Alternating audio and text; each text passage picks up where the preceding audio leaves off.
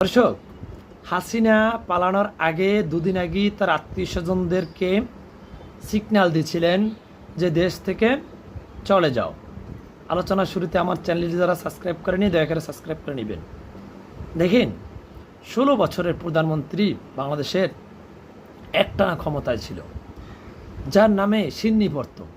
সেই প্রধানমন্ত্রী যাবার আগে তার শেখ পরিবারের অধিকাংশ সদস্য তিনি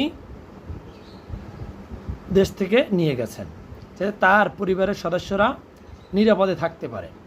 আর তার যে লক্ষ লক্ষ নেতাকর্মী, এত হেভিওয়েট নেতা, তাদেরকে রেখে চলে গেছেন। তারা কত বিপদে পড়েছিল আছে এখনও দেশের ভিতরে।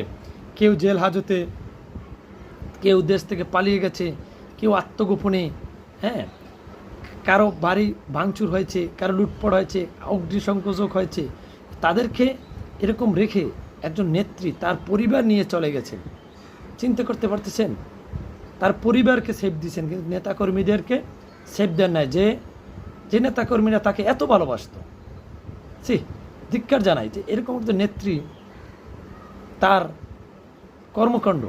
যদি বাংলাদেশের যদি মরতে সবাইকে নিয়ে মরতে, বাঁচলে সবাইকে নিয়ে বাঁচতে, তিনিও চলে গেলেন, তার আত্মীয় স্বজনকেও নিয়ে গেলেন, কিন্তু বিপদে ফেলে গেলেন তার নেতাকর্মীদের।